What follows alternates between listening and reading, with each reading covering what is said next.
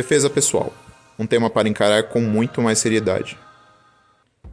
Nos tempos em que vivemos, com altos índices de violência e um sentimento geral de insegurança por parte das pessoas, não é incomum ver escolas de karatê e instrutores promovendo cursos e palestras sobre defesa pessoal. E realmente, ter as ferramentas para se defender e escapar de situações de perigo é algo necessário e recomendável para qualquer pessoa. Mas será que esses cursos, em sua maioria, cumprem seu propósito de abordar a defesa pessoal de forma eficiente? Será que nós, artistas marciais, entendemos plenamente o conceito e a complexidade do que é a defesa pessoal, a ponto de transmitir isso de forma objetiva e eficaz? A minha impressão é que uma reflexão muito séria ainda precisa ser feita sobre o tema, e que os próprios instrutores devem fazer uma autocrítica sobre o que estão transmitindo sobre o rótulo de defesa pessoal.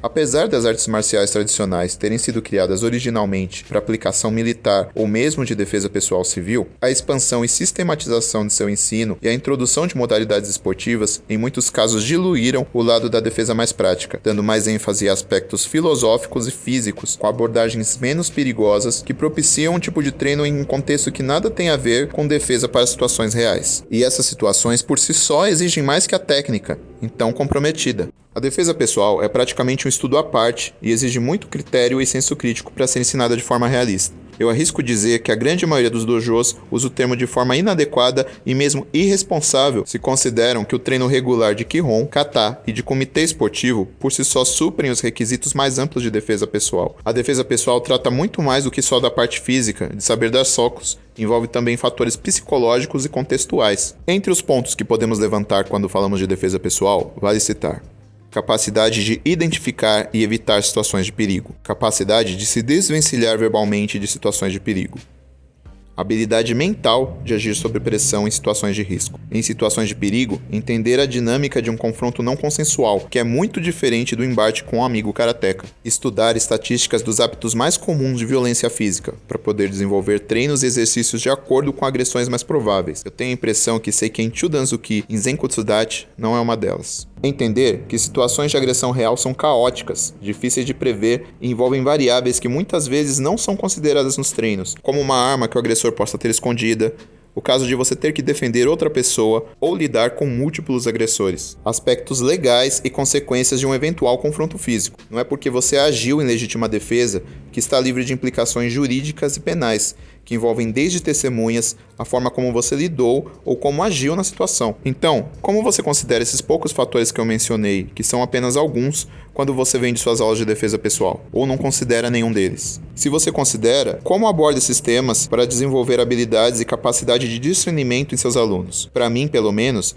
não parece o tipo de coisa que se aprende em uma manhã de domingo ou caminhando de cima para baixo no dojo socando ar. É preciso ir bem mais longe. Não me entenda errado. O karatê é uma arte que pode ser muito eficiente na defesa pessoal, mas primeiro devemos entender o propósito e as diferentes abordagens que estamos treinando. Em um treino regular de karatê, desenvolvemos equilíbrio, consciência corporal, concentração, reflexos, força e resiliência, além de podermos treinar técnicas de combate em um ambiente controlado e seguro. Para que tudo isso caminhe em direção à defesa pessoal, parece fundamental ter senso crítico e desenvolver aulas de acordo, aproveitando os alicerces que o karatê proporciona, escalonando os conceitos abordados até que o tema de defesa pessoal possa ser abordado de forma consistente. Isso levando em consideração que o instrutor entende a real natureza do karatê e das mecânicas e conceitos transmitidos pelo karatê, que vão muito além de socos e chutes. Essencialmente, o karatê e as técnicas codificadas nos kata lidam com um campo bastante específico de defesa pessoal, que é o aspecto físico, de quando não há uma outra opção além do confronto para defender a própria vida. E tudo bem seguir com os treinos focados nesse sentido, mas é preciso ter consciência e deixar claro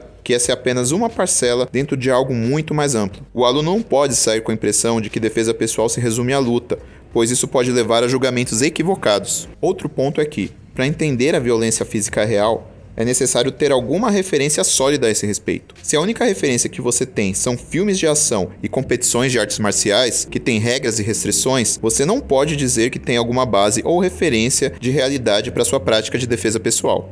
Esse não é o tipo de coisa que a gente pode apenas supor.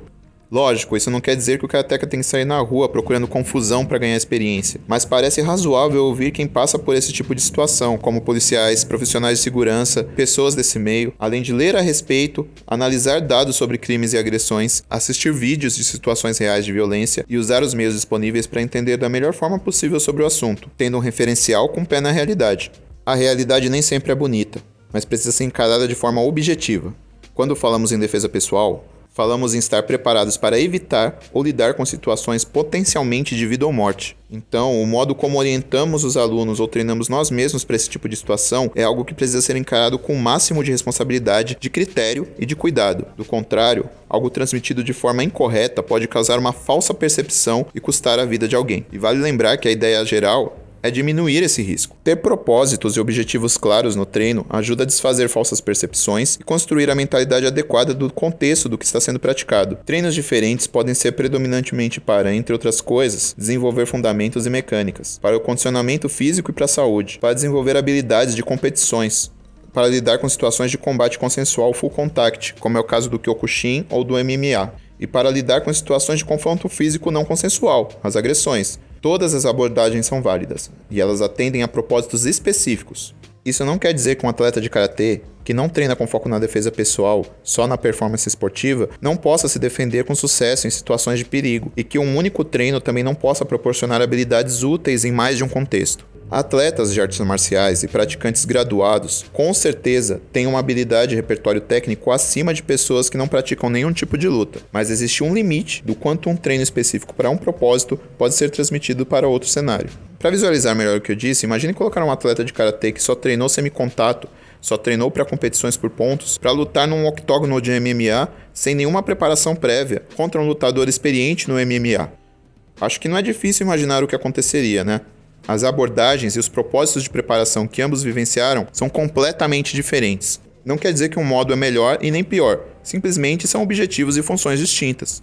Com isso tudo, eu não quero dizer que tenho expertise acima dos demais ou desmerecer os senseis que estão há anos cultivando nossa arte. Eu apenas acredito que essa é uma reflexão que não pode deixar de ser feita para que possamos progredir com sinceridade, explorando toda a eficiência que o karatê pode nos oferecer. E essa discussão já foi feita antes e tem sido feita hoje por gente muito mais capacitada do que eu. É um exercício que eu mesmo procuro fazer e sei que ainda será de longo prazo, mas convido a todos que têm a mente aberta e prezam pela valorização e pelo estudo do karatê para que também reflitam e participem dessa conversa, por nós mesmos e pelos nossos alunos.